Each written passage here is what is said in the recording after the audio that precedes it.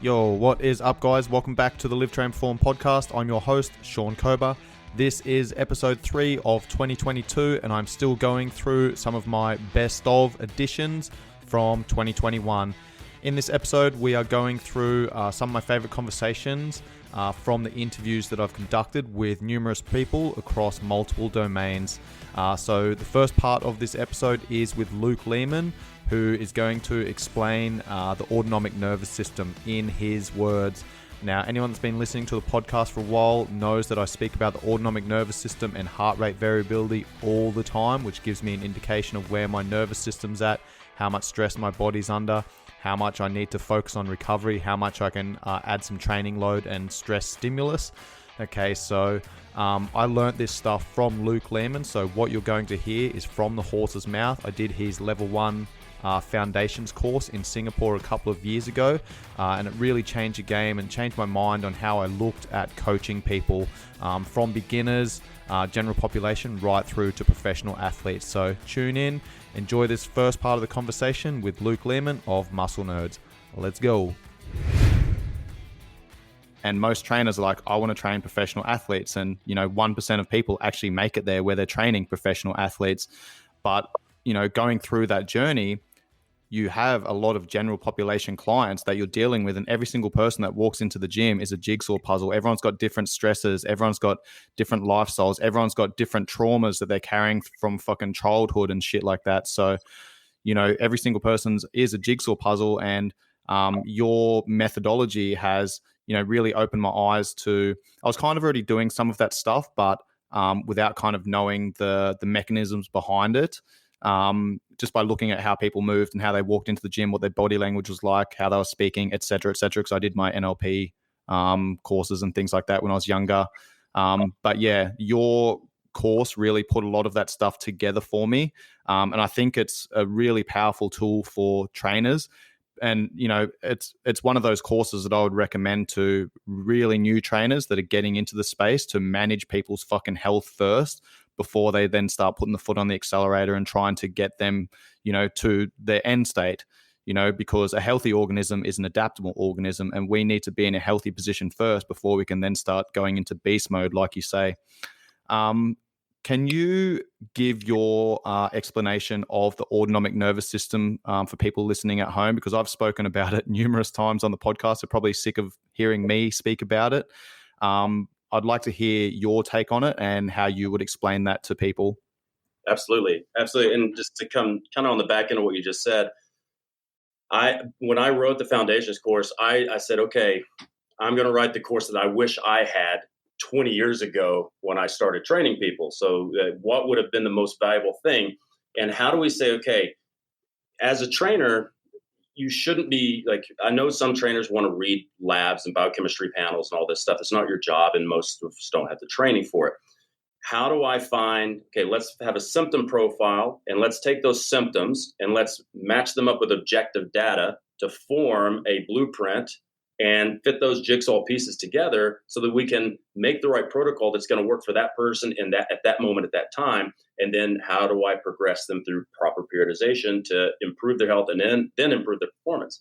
Now, when we look at the autonomic nervous system, there's the two main branches that people think about. And just to define the autonomic nervous system, this is basically all the stuff that keeps you alive that's pretty much automated. Now, we do have some control over this. Training and nutrition can control. We have supplementation that can control these things, breathing techniques, more sleep, less sleep. This can move things in positive and negative manners. But if you didn't have the autonomic nervous system, you wouldn't remember. You'd have to constantly remember to breathe, right? And there's things that control stress response, relaxation response, and all that. So when you look at the traditional two branches, you've got sympathetic and parasympathetic. Now, we are designed to be mainly in the parasympathetic pathway the majority of the time.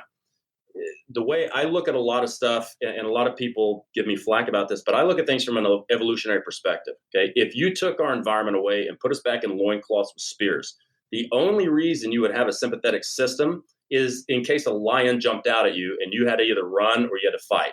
That's realistically all it is. So those pathways aren't really different than they were, say, 10,000 years ago. What's different is our environment. And so the environment is causing this sympathetic system, which is a very acute system. It's supposed to go up and then immediately go down. Now it's revved up all the time. So it would be like getting in your car, slamming in the first gear, and then trying to go, 120K on the motorway. Your engine would go, ram, poof. But that's exactly what people are doing with their own physiology, right? So what we need to do is make sure that we have a good parasympathetic reserve, and we're most of the time in that pathway. It's better for everything. It's better for fat burning. It's better for relaxation. It's better for long-term health. But we need to be able to flip that switch, and we still need to stimulate the sympathetic drive at some point. So that's what training is supposed to be. But if you're massively sympathetic all the time and you go and train and drive that harder, you're just making it worse when you try to go back to rest, and you never actually really recover properly. It's going to impair your sleep. It's going to impair your hormones. It's going to impair your gut. It's going to impair your brain, your immune system, everything. It just makes everything crash. And there's a third part of that sometimes you'll see associated with that, sometimes not, which is the enteric system, which the enteric nervous system is your gut. So used to, when I was at Poliquin Group, the solution for a gut issue was an elimination diet and then throw 500 fucking pills and potions at it.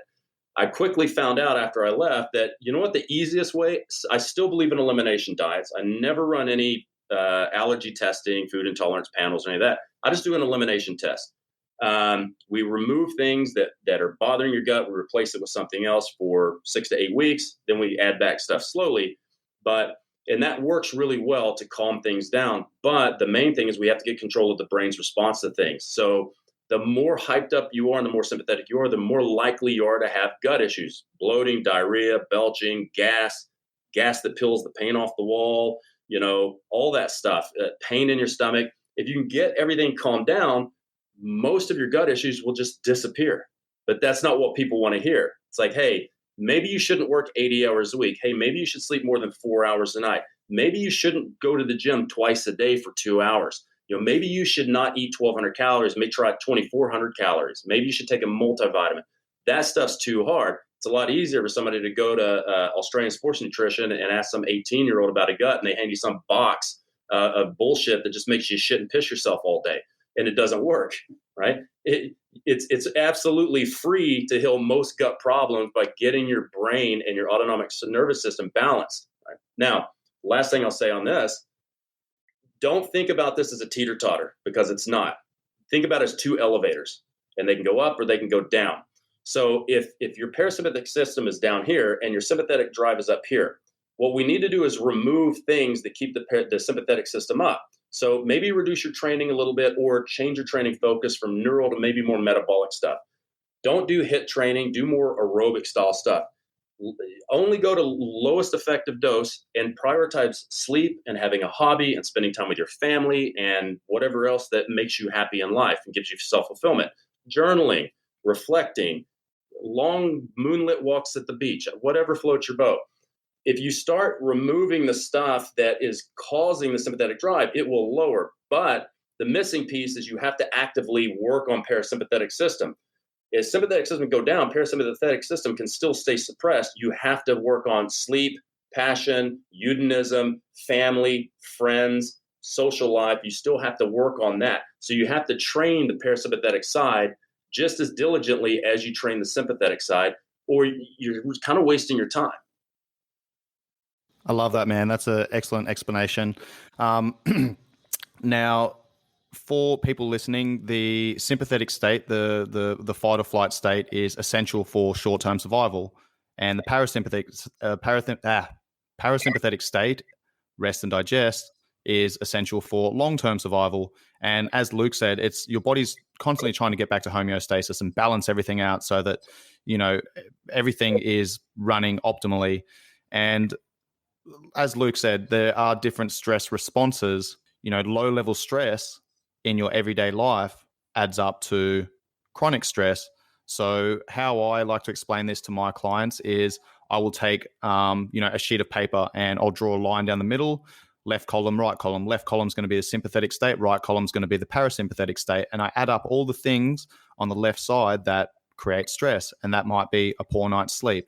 It might be poor nutrition, less than optimal hydration levels, might be problems with my relationship, might be career issues, or anxiety around what I'm doing with my life and where I'm going, and financial problems, and the kids are being little shits or whatever, and they might all be like level 1, 2, 3s. Okay, but all of those things add up, and if they're not dealt with, then over time that's going to become chronic stress, and then your sympathetic state is going to be jacked up, your parasympathetic state is going to be well suppressed, and there's going to be a massive imbalance there, which is then going to lead to illness and disease and inflammation and all that type of stuff.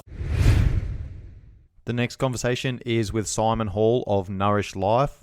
He ran a 10-day event in 2020, probably about 3 months after the world went into lockdown, where he got in professionals, he got in experts from multiple industries to basically put on a free event so people could tune in, give themselves some purpose, give themselves some structure, teach them how to manage their day, how to manage their mind, how to put together their own fitness training sessions at home whilst they're going through that lockdown period.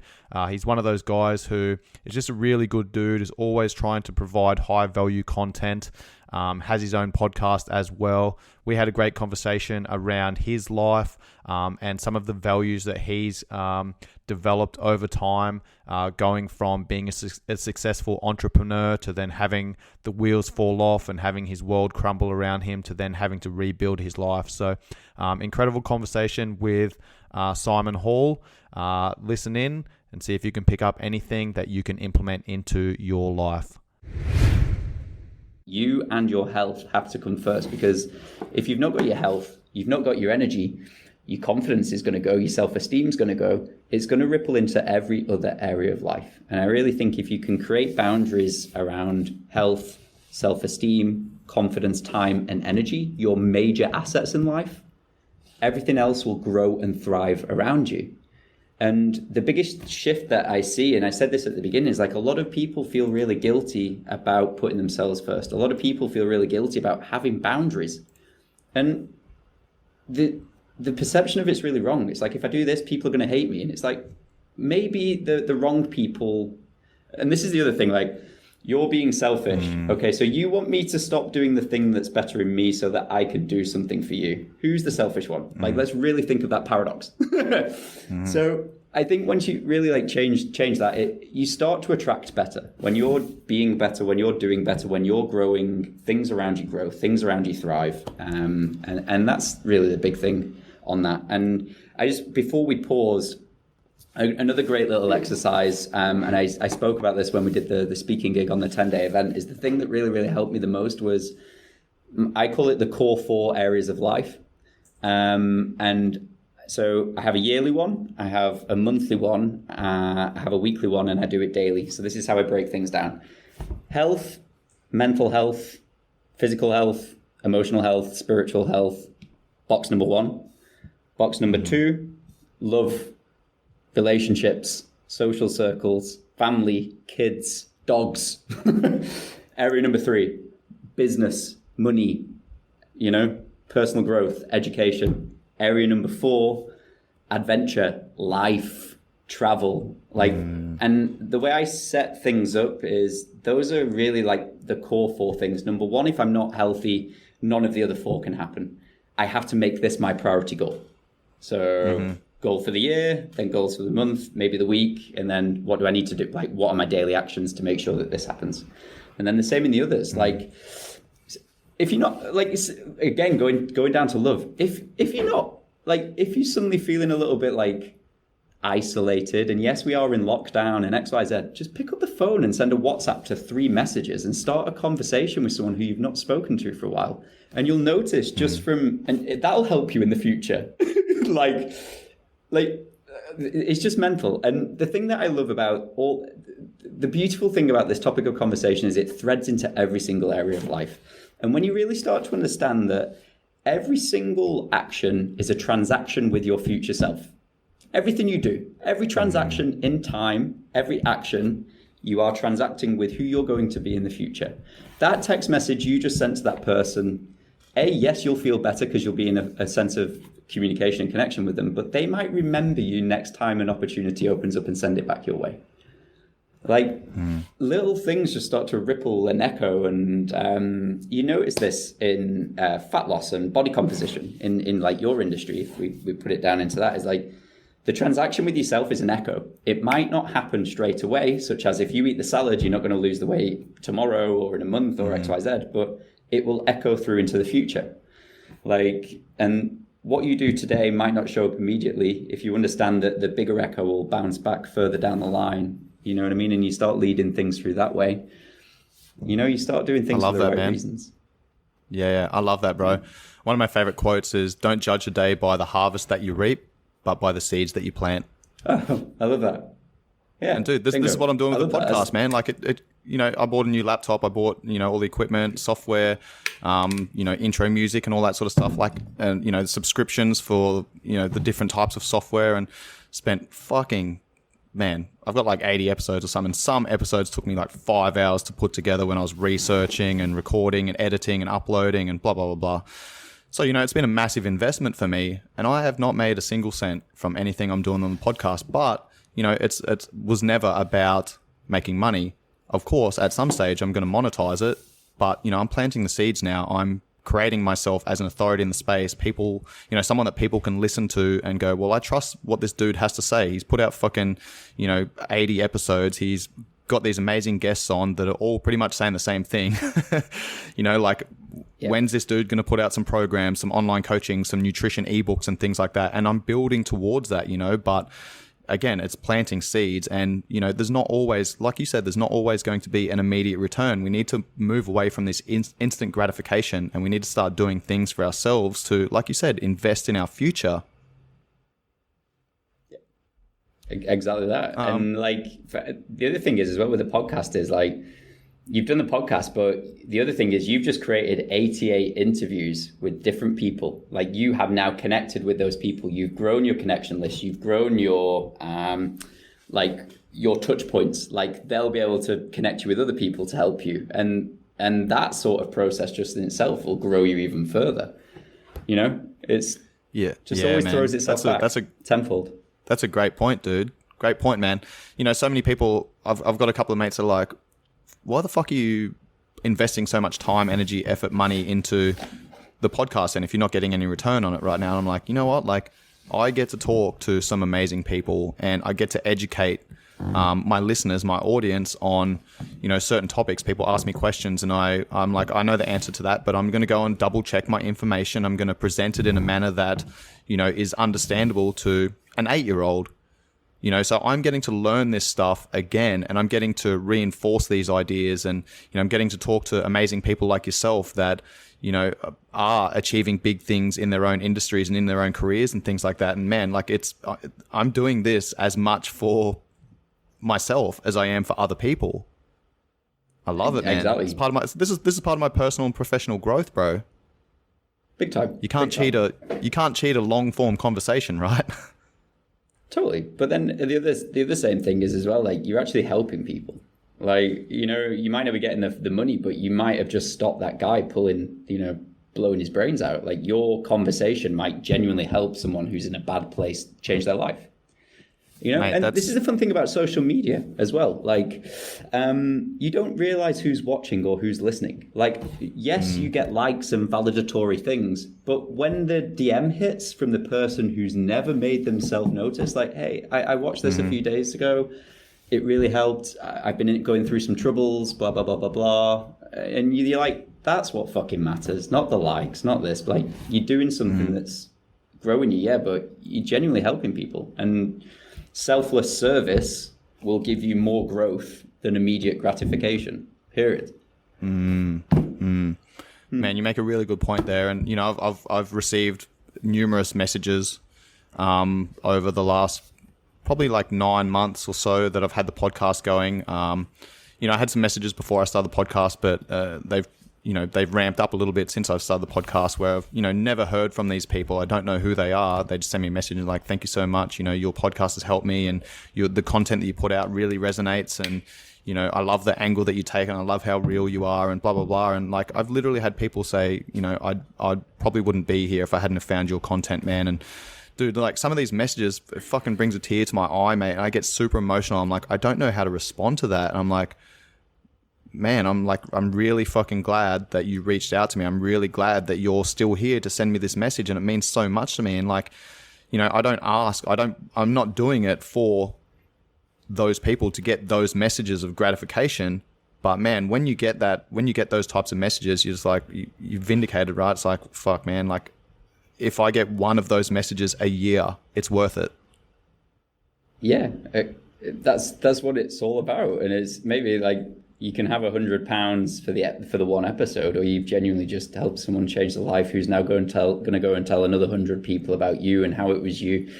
Here's something. In school, there was one teacher whose name you remember, who helped you when you were young. Everyone's got an emotional attachment to a teacher. But who the fuck are the rest of the other teachers? You remember the person who really helped you, who genuinely selflessly served you when they didn't need to. The one that went over the odds. That person, you will take that person's name to your grave. But I don't remember any of the other teachers. Yeah, great point, dude. Next up, we have Andrew Papadopoulos, otherwise known as Pap, in the fitness industry. He is an entrepreneur. He's a big name in Australia. Many years ago, he was on a TV program called Search for Hurt, where he made his name. He's got a really strong following in Australia and through certain parts of the world. Had a great conversation with him around mindset, around training, around discipline, and around time management. In this portion of the conversation, we just discussed how I'd injured myself doing Brazilian Jiu-Jitsu. I dislocated my shoulder, or partially dislocated my shoulder, and I went through a period where I wasn't training because I was focusing on rehab. That's where we kick off this conversation. How did you feel not training for a month? Good question. I felt fine because I'd made that decision. I was like, I'm not going to train for the next month. I know that something's not right. Instead of training around it, I'm going to give myself time to rest, recover, rehab, so then I can, you know, address my movement patterns and any muscular imbalances and dysfunction, so that when I do go back into proper training again, then, you know, I'm going to be in a good place. So sometimes you need to take a couple of steps back so you can take, you know, a number more steps forward. But yeah, I think that's a great question, man, because, you know, so many people go, well, if I don't train for a month, then I'm going to lose all my gains, you know, and it's, if you have a solid foundation, yes, you will lose a little bit of that. Okay. But you don't just stop training for a day or a week and you lose everything you've built. Like, it does take, for the most part, most people can not train for up to roughly 10 days. There's going to be obviously a little bit of individual variance here, but most people can not train for up to 10 days and will likely walk back into the gym like feeling better, moving better, because now they've reduced inflammation. Now they've actually, you know, given their body a little bit of a rest, probably driven the parasympathetic nervous system a little bit more, which is where they get that recovery and then they get that adaptation on top of that, you know. So I think that's a great point, man. That's an awesome question, bro. I love that. Yeah, well, look, it's definitely a necessity to have some time off, and it's going to be, like you said, case by case basis. Whether someone's an elite athlete or, you know, the weekend warrior, how much time do they need and to take off, and what kind of routine do they need to follow is going to be predicated on that individual and what they're doing. You know, if you're going to be comparing an elite powerlifter compared to a novice, you know, elite powerlifters are going to be pushing their body so much more, and they're going to be recovering between their lifts. So, you know, I know for myself, originally, you know, quite some time ago, I had problems with having days off, and I was serving an obligation to my training and to my nutrition, and I would either overtrain because I went out the night before, or I deprived myself from food because I didn't train. I had this really unhealthy relationship to those elements, and, you know, that was something that I had to get around, because my identity was built from a young age of what I looked like, and, you know, that's how I was noticed, and that's how I ended up getting paid and found work, and so I started building this identity that's like, if people like me because of what I look like, do I have anything else to offer? I was like, fuck that, I've got something else to offer, surely.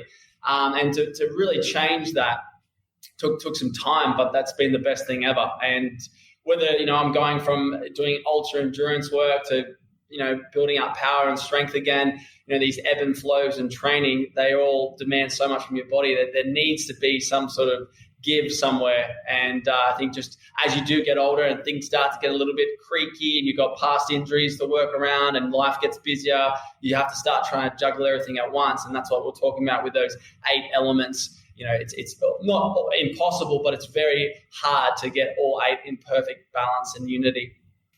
Yeah, man, great point. A couple of things to unpack there. I've just written a couple of things down. We'll come back to discipline in a moment, but let's talk about those 8 pillars. Instead of those 8 pillars, do you have your own pillars that you kind of look at within, your essentially wheel of life? Well, look, I don't have anything that I have, say, written up on a board or any particular. I've got a mantra, but it doesn't really focus around pillars per se. And I just, for me, I really do work well within structure. And I can adapt quite well to changing circumstances. Life's forever changing. And I guess I'm someone who plans well ahead. You look at my calendar, it's just like dot point, dot point, dot point, dot point, lunchtime, dot point, dot point, dot point. And I'm just going through, ticking away. And that's a really good way for me to do things. And everyone else works differently. I understand that. But that's my capacity. You tell me to do something, I'll go and do it. And I have to be someone who has to be very disciplined with time management, particularly if you're self-employed and if you're working from home or you have multiple things happening at once. It's so easy to disperse yourself and dilute your energy and attention to things and then get backlogged and you're spinning your wheels and getting nowhere. So that took me a long time I understood the concept, but to action it was something that I took some time. So whether I would go day by day, like Monday I'm focusing on X, B I focus on X, and then you go to Monday to Saturday or Monday to Sunday, depending on if you are working 7 days a week, which is not a rare thing. But that gave you that extreme focus to get everything done. And of course, you might take an email here and a phone call here. And of course, things change. Not to be, I guess, married up to. That's another point. I know I'm going a bit of a rant, but create a plan, but not to be married to that plan. Understand that there will be circumstances not of your choosing, or things will happen that you need to be able to counteract and engage with for the ultimate outcome. So just be ready to pivot, which I think everyone learned in 2020 as well. Yeah, for sure, man. Now, I want to tie discipline into that because you did mention that before. Obviously, guys like us that have been, training for a long time. Again, I've been training for 20 years for rugby and in the gym, et cetera, et cetera. And, that month or both times where I got injured within the last 6 months and I had that month off, I had to change my mindset. And it took me a lot of discipline. It takes me more discipline to not train than it does to train, because training is something that is so ingrained for me. And I've connected the dots with how it makes me feel and the results that I get from it. I'm not training to burn energy. I'm not training to, build a heap of muscle. That is a byproduct of it. And there's going to be times in my life where, I'm really fucking dialed in with my training. I'm dialed in with my nutrition. I'm focused on, making gains, but I'm not spending all of my time there. I might spend, maybe a month, 2, 3 months in that gain mentality where, I'm counting my macros, I'm counting my calories, I'm rationing my food, I'm breaking my food down at different times of the day for depending on what I'm doing. I'm really dialed in with my sleep and my hydration and training and all that type of stuff. But for the most part, I'm spending 6 to 8 months of the year in kind of a maintain phase where I'm training because it makes me feel good, and I'm not trying to maximize anything. I'm just kind of like keeping myself in this general physical preparation phase where I'm essentially able to live the life that I want without, any restrictions. And we'll talk about this in a moment for you as well. We'll relate this to the thing that you said that was it the Search for Hurt program? Yeah. We'll come back to that in a moment, man. Yeah, we'll come back to that in a moment. But before we do that, I want to talk about your discipline in regards to your time management. You're obviously a very busy man. You've got a lot of stuff going on. You're working on a heap of projects, and you spoke about diluting your energy and your resources. And I'm the same, man. Like I'm very disciplined. I'm very structured. I've got the night before, like I'll go to bed, and before I go to bed, I'll write out my schedule for the next day. And then I'll check that off in the morning, and I'm like, cool, this is what I need to get done.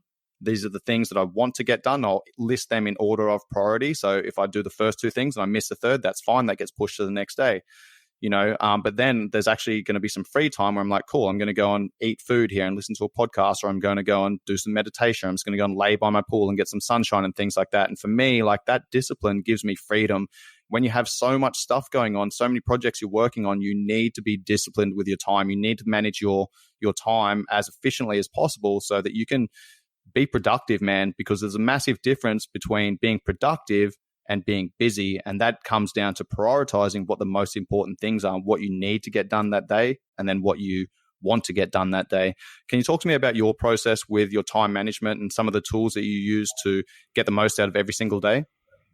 Yeah, look, for a long time, 9 a.m. was my start for the day. So I would get up at 5 a.m. and that gives me even sometimes 4:30, 5:30, and that would give me 3.5 to 4 hours of getting my time, everything I wanted to get done for the day. So if I wanted to be disciplined in maintaining that consistency across the board with my training, meeting up with somebody, maybe going for a walk with my wife after my own training, I could condense that in that period. And that would also set aside any of the jitters or that you may have going, oh, how am I going to fit my training in? I know I've programmed it in for 3:30 p.m., but however, like, these things just keep accumulating. So for me, I like to get it all done first thing in the morning, and I operate quite well first thing in the morning as well. Like you, I have a list, and you have my priorities at the top, and then I have my bonus items at the bottom, and they're all right to be pushing back. So that doesn't build any anxiety. And I have this calendar in my phone that sometimes I remember something, jot it down, and then I can just review it that evening and plan it for the next day. So I function well like that. Working from home is something that can be very difficult. Like I had to learn how to separate my private life and my work life. Otherwise, I'm sitting there on my laptop and I'm meant to be sitting next to my wife, or I'm at dinner and all I can think about is work. I walk into the lounge room and all of a sudden I'm just thinking about work. So if I can either have an office space to kind of keep everything separate, that's where I found great productivity, because you're not bleeding yourself across multiple things, not trying to have a conversation with someone, not trying to watch a television program with your family, and also, trying to do work at the same time. So I think if you're able to segregate that's a huge win. And then also, obviously, just future planning and having some fail safes. Like, okay, well, what are you going to do when this doesn't happen? Have you given yourself extra time? Have you given yourself enough allowance in time? And being able to have that really kind of precise time management is huge for me, because, like you said, I've got multiple things going on. I've got to wear multiple hats and try and do it all at once. I'm just drowning in workload. Next up is Danny Lennon, who is the founder and CEO of Sigma Nutrition. He's a very well respected and sought after dietitian in the nutrition space. He has worked with a number of world-class athletes, particularly weight class athletes. He has a very good training system. He has his own podcast, which is quite popular. It's one of my favorite podcasts, one of my go-tos in terms of nutrition information, that has around 5 million downloads currently. I had a great conversation with Danny around working with weight class athletes and a very common issue that we see in the sport, which is relative energy deficiency in sports, where essentially athletes are training way more than they're taking in terms of calories, macronutrients, etc. So they're creating a massive imbalance, which then creates metabolic adaptation. And this is something that we see in chronic dieters, people that have been dieting for long periods of time, trying to lose weight. We get this metabolic adaptation. So in this conversation, we discuss everything that REDS is and what metabolic adaptation is and why it's not a good idea to stay in diets for long periods of time. What we know from weight class based sports is a huge problem is this concept of low energy availability, where essentially there's not enough calories coming in to support both the training workload and certain essential processes within the body. So what the body does and how it adapts, it has to essentially save energy and turn down energy expenditure from some essential processes. So with female athletes, we see this super commonly where they experience loss of their menstrual cycle, so amenorrhea, which is basically a way of the body to conserve energy by saying, right now I don't need this reproductive function and I'm not getting enough calories in, so I'm just going to turn this off. The same thing happens with immune system function, same thing happens with digestive function, bone health. And so you see this classification of what's now termed relative energy deficiency in sport, is where we have a chronic low energy availability state. You have this manifesting in various different body systems, like I said, whether that's reproductive, bone health, so that means it's increasing risk of like stress fractures or even long-term complications like osteopenia. It's impacting immune system function, so now you have athletes more susceptible to illnesses, and if you're ill, you're either not able to train properly or you're even missing training sessions. They stack up enough over multiple years, you're missing time that you could be getting better at your craft. So there's all these components of low energy availability. And what's important to realize is, sure, we may need to dip into that state during the tail end of times where we're getting super lean or an athlete's cutting weight. That's almost unavoidable. But we don't want that happening chronically over the long term. So when we don't have a fight coming up, making sure we have appropriate energy to fuel all those training sessions and getting plenty of calories coming in is the way to prevent a lot of those downsides, so that the athlete doesn't run into those very real problems. That's a great point, because when someone is in a caloric deficit for extended periods of time, the body essentially thinks it's under threat, right? It's fighting for survival. So, like you said, it's going to start, shutting down some of those 11 systems of the body, or some of those systems are not going to be getting the required nutrients for optimal function. And particularly if you're training 2 to 3 times a day, you're literally robbing from Peter to pay Paul. You're taking that energy away from the body's physiological processes to fuel your training session, right? So, that's why I wanted to bring up this conversation, the difference between health and performance, because those things really, they kind of go in hand, but they don't as well. So what I mean by that is we want someone to be healthy the majority of the time, so that when it is time to, put the pedal to the floor, now we can start training for performance. Now we can start dialing everything in, and we can go through that 8 to 12 week period of high stress, where we're cutting weight, we're building our strength, speed, power, energy systems, etc. We're sharpening our skills, we're sharpening our axe, and we're reducing our weight as we get closer and closer to the fight. But then on the other side, most people don't have that periodized plan. It's just like, all right, cool, I signed a contract. I don't know how many calories I'm eating. I don't know how many macronutrients I'm having. I'm already training 2-3 times a day. Where do I go from here? They've got to start pulling from somewhere, and that's when you get into a massive calorie deficit, and then you start creating metabolic adaptation. And particularly on the other side of a fight, or, a weight class athlete competing in an event, then on the other side, people haven't been taught how to go through a reverse diet or have essentially a plan to come out of that. They've been restricting for long periods of time.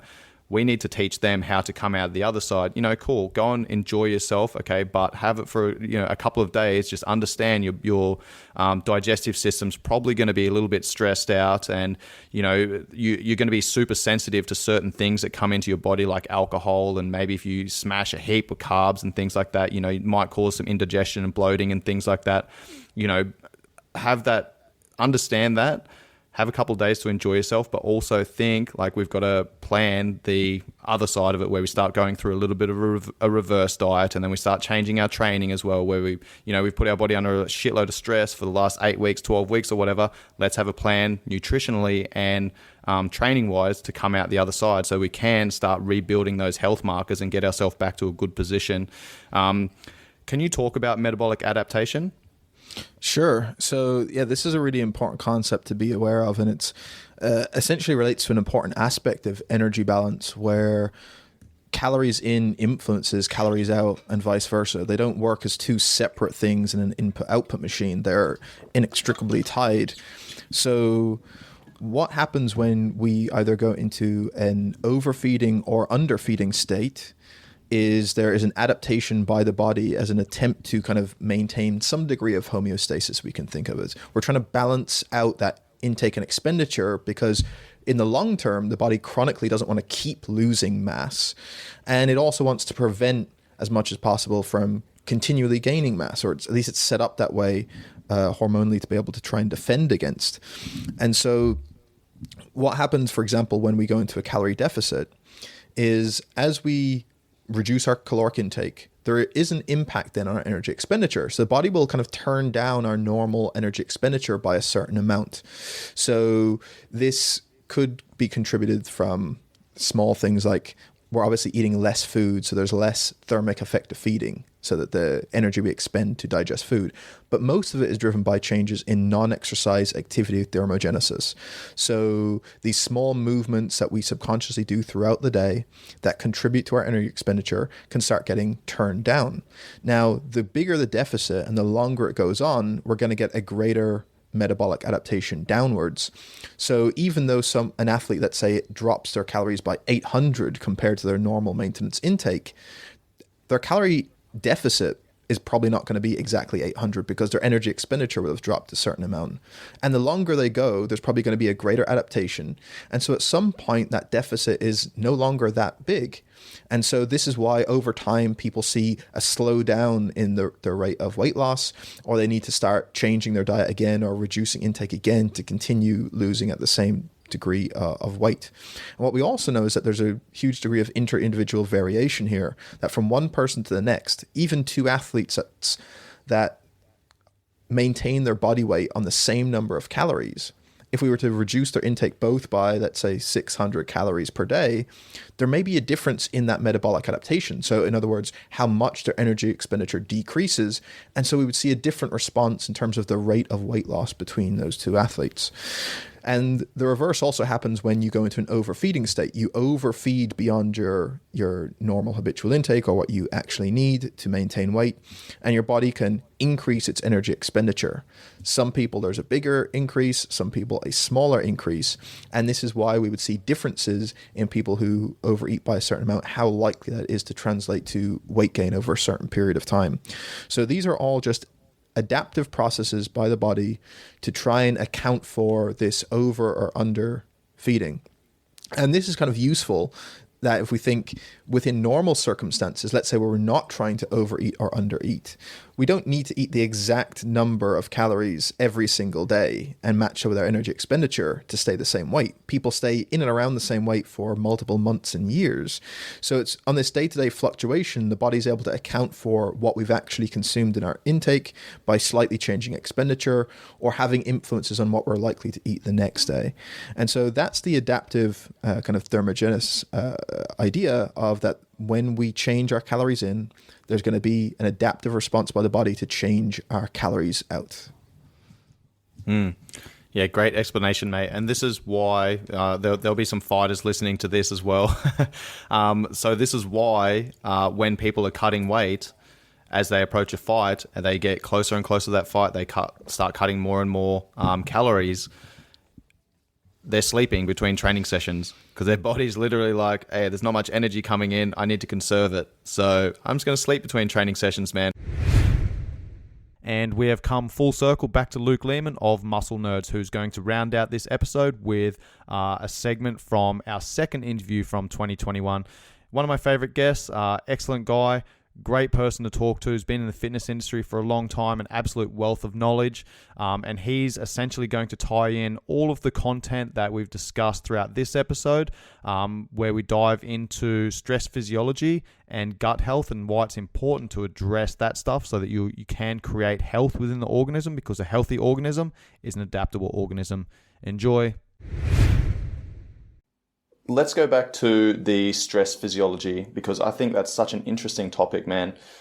This ties into gut health. So was it like 80% of your immune system lies within the gut? Mm-hmm. So if you're, not looking after your gut health because you're under chronic stress, or you've got all this stress that you're not dealing with turns into chronic stress, then that can suppress your immune system, which then has an impact on so many other physiological factors in the body. Let's talk about that for a moment.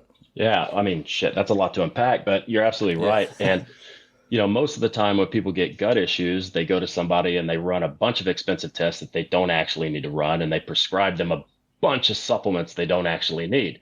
I always assume that if somebody comes to me with a gut issue, most of the protocols that I would use as far as supplements, nutraceuticals, and food, it pretty much works on anything, whether you have something or not, or whatever that thing is. So I would rather, let's try this for 12 weeks. And if you're not significantly better, then we'll order, $700, $800 worth of testing and see exactly what it is. And if I need to refer you out to somebody that, like a doctor, somebody who specializes in gut health.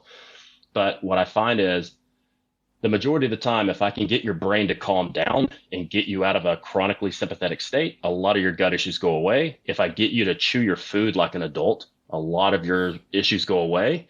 If I get you to... such a simple one, man. It's so simple, dude. But like people think they're like, well, that's stupid. Like that's way too easy. Yeah. Yeah. Let's talk about that for a second. Why is it so important that people actually chew their fucking food properly? So like what happens at a base level in the gut? Okay. So let's start from the start, from plate. From the plate. Okay. So, well, the first thing is you look at that first stage, that stage of your brain and its interpretation of the food. So you've got the smell, sight, touch, texture, all of these things can have a massive impact on how that food is then regulated downstream. So you have that. The secondary thing is mechanical and chemical digestion. So a big overarching theme of digestion assimilation is surface area. So if you were to pull your intestines out, if you cut them and like split them down and then stretch them out, it would have the same surface area of a doubles regulation tennis court. So that's massive. Like I don't suggest anybody do that. That's probably not a good idea, but please don't do it to someone else either. Yeah, don't do it. I actually, years ago, a friend of mine was a cop and he sent me a picture. Some dude had been on meth for like 5 or 6 days. And when he showed up, the guy had surgically cut his stomach and was pulling his intestines out, and they had to handcuff him. They had to handcuff him with his intestines just laying out until the guys could get there to stabilize him to take and put his fucking intestines back in. It's pretty wild. That's crazy, bro. So I don't know, maybe he read that in a textbook and wanted to test it out. I don't know. But don't do meth, kids. Don't do meth. So to increase surface area, you obviously you already have the equipment to do it, but the secondary thing you have to do is you have to break food down in the smallest pieces possible, which means initially it's mechanical digestion by mastication. You need to chew your food until it's a semi-liquid state. And you also need to have the digestive enzymes to do it as well. So you have to have enough gastric juices, hydrochloric acid in the stomach, pepsin, you need enough pancreatic enzymes, enough bile acids. All of this stuff is really important to continue breaking down proteins into single amino acids or di and tripeptides. You need to be able to break sugars down into monosaccharides. You need to be able to break all this stuff down. If you have a lot of stress and you have poor metabolic flexibility, there's a good chance that your mitochondria don't have enough available energy to make those gastric juices. So the more ramped up you get and the more anaerobic you get, and the less ATP you're making, your body starts prioritizing that ATP for survival.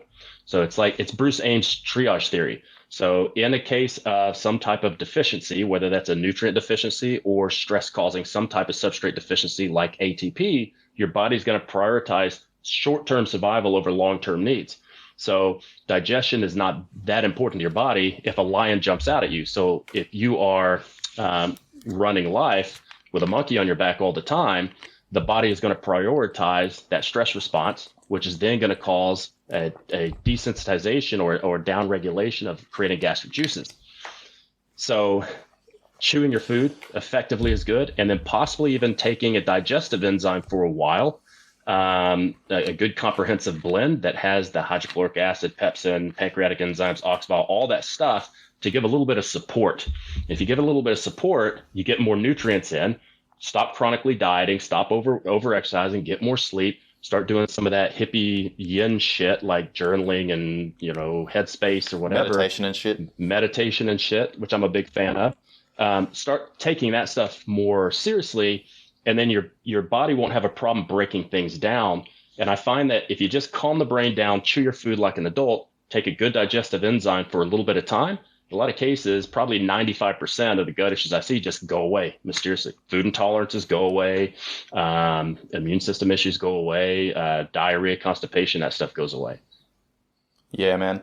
Yeah, just to echo what you said and tie into that as well, is like, you know, when you're sitting down for a meal, like turn your fucking phone off, like stop working and actually pay attention to the meal. Take in, you know, what you see, what you smell, you know, what you can taste, because, you know, that's essentially prepping your body to eat. You know, as you said, it's producing certain enzymes, your body's producing, your mouth's producing saliva, so that you can start breaking down that food into its smaller pieces. Yep. Now, what are some tools that people can use to actually get into the moment and slow the fuck down so they can actually digest, absorb, and assimilate those nutrients? Because, you know, as you said, if you're in this sympathetic state where you're on your phone whilst you're eating, you're not paying attention to your food, you know, you're not chewing properly, then that's going to have a flow-on effect downstream. You know, you're not going to be able to break down those foods. They're going to stay in your stomach, in your intestine for a lot longer, and potentially you're missing out on a heap of nutrients and some energy as well via calories. Is that correct? Yeah, I mean, yeah. And the thing is, the longer, so let's say you have a long-term low energy availability and your body is starting to tone down things like thyroid conversion. It's starting to tone down some gastric juices. That can lead to a level of constipation. And being sympathetic will actually make your anus will stay in a contracted state. So it's going to be harder and harder to push poo out, and you start losing peristalsis. If your neurotransmitters start to get wonky and you start losing serotonin and melatonin in the gut, you can't really push. You have a reduced ability to push poo out, right? So anytime that fecal matter stays in your intestines, people need to understand that when you're detoxifying things, and you're constantly detoxifying things around the clock, part of that is getting that into the gut and then pooing it out. Well, if the longer it sits in the gut, there's a high chance, especially if you had dysbiosis, that you could uncouple those detox toxins and then recirculate them through the enterohepatic portal back through the liver, which then causes the liver to get sluggish. So then you might have a slowed down ability to detoxify because the liver's it's just working too hard. You know, it's like a single mom working 3 jobs and she can't keep up. So you got to treat your liver right. And a lot of people have nutrient deficiencies where they can't detox fast enough anyways. And especially if you're in a fat loss diet. So that type of stuff can cause a long-term chronic fatigue. It can cause inability to recover from workouts, poor sleep, and then that compounds the stress. So that, and you can cause over absorption of certain things you're not supposed to, like food particles that aren't broken down enough, and that causes immune system dysregulation that then affects cortisol and histamine release, which then suppresses your immune system. So it gets harder and harder to fight this stuff. And then you end up with a long-term, low-grade chronic illness where you're just kind of sick all the time. You're always got the sniffles and the coughs and feeling run down. And you just wish I just get fucking sick. If I just get sick and get it over with. And then the minute they de-stress, they end up getting sick. They go on holiday and they're sick as shit for 3 days and then they feel amazing. But so, you know, low thyroid, low serotonin, so that issues. So I was going to say, like so if people aren't chewing their food properly, you know, it's going to stay in the digestive system, in the digestive tract for a lot longer. Could potentially increase intestinal permeability, which then can lead to bacterial overgrowth, right? Yeah. So if you have, you know, people call it leaky gut or intestinal permeability, whatever they want. Some people get really frothy if you say leaky gut. For me, it's the same thing. But whatever, yeah. Yeah. If you're not getting these particles down, they end up in your bloodstream. And when they get in the bloodstream, the immune system sees that and it goes, okay, you're not supposed to be here. You're not food and you're not manufactured by the body. So I'm going to start attacking you. And then your immune system gets hypervigilant and you start getting food intolerances. And then over time, the hypothalamus will react by creating more cortisol to manage all this inflammation that's been induced by the immune system. And eventually it just suppresses the immune system to the point where now you can't fight the stuff. So you're constantly bloated and gassy, undigested food in the stool, and everything just gets worse. And then, like you said, you can get SIBO because some of the stuff isn't getting absorbed. And when it gets into the later stages of the small intestine, the bacteria are like, oh, great, we've got something to ferment. We got something to eat. And then the bacteria starts to get out of control and your immune system's suppressed, so it can't keep it under control. And then you start getting a little lower bowel pain. And then you go to a naturopath, hippie foo-foo person, they put you on a ketogenic diet and give you like $2,000 worth of worthless supplements that you don't need, which is, it'll fix it, but you'll feel horrible. And it's not great for training or health. But so many things can happen, but it all starts here, and it starts here. So you ask strategies. The first thing I tell people is, if you were sitting with your grandmother or your mom and you were eating a meal and they were cutting up your steak for you, how would they cut it up? And they cut it up in tiny little bites. So if you just cut your food into tinier bites, it's a lot easier to chew it more effectively because you don't have to chew it as much. Like if you go out with your bros and you go for a steak dinner, everyone will buy 400-gram rump and they'll see if they can swallow the damn thing in 3 bites. Like there's no trophies for deep throating a fucking steak, And there we have it, guys. Another episode of the Live, Train, Perform podcast under the belt for 2022. I hope you guys enjoyed these conversations as much as I did. Final point before I let you go is I started a Facebook forum last year where I included all of these people that I've spoken to throughout the podcast that have provided good quality content and information. To get onto the forum right now, it's free to get in there. All I ask for is a 5-star rating and review. Then send me a screenshot of that at coach_Kobes, Kobes on Instagram. Go on to Facebook, type in Live, Train, Perform. That will come up with the group request access.